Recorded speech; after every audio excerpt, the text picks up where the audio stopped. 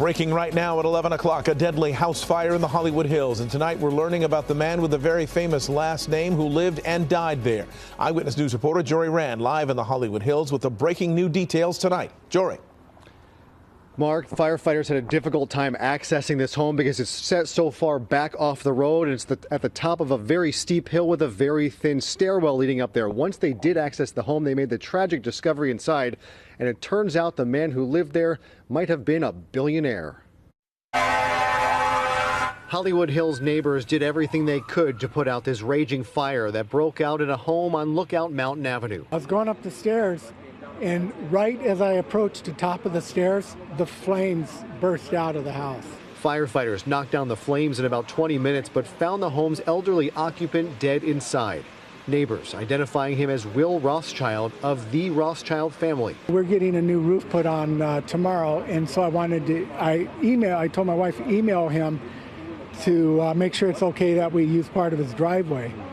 And he never responded, and I said, well, that's so unlike him. Rothschild is described by neighbors as an eccentric millionaire or even billionaire with multiple properties and dozens of some of the most expensive cars on earth. But on a street lined with multi-million-dollar homes and mansions occupied by celebrities and the powerful, Rothschild was said to have lived as a bit of a recluse in a small, old, rickety home in conditions described as that of a hoarder, something the fire department seemed to tactfully confirm tonight. Given the fire damage, it's kind of hard to determine how much of that was prior to the fire and how much of it is the building itself that has been demolished by the fire.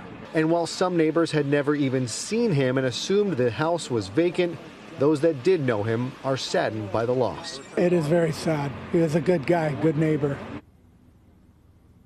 This is very tough for those that knew him. Arson investigators were on scene, but the fire department tells me that is typical for any fire in which someone loses their life.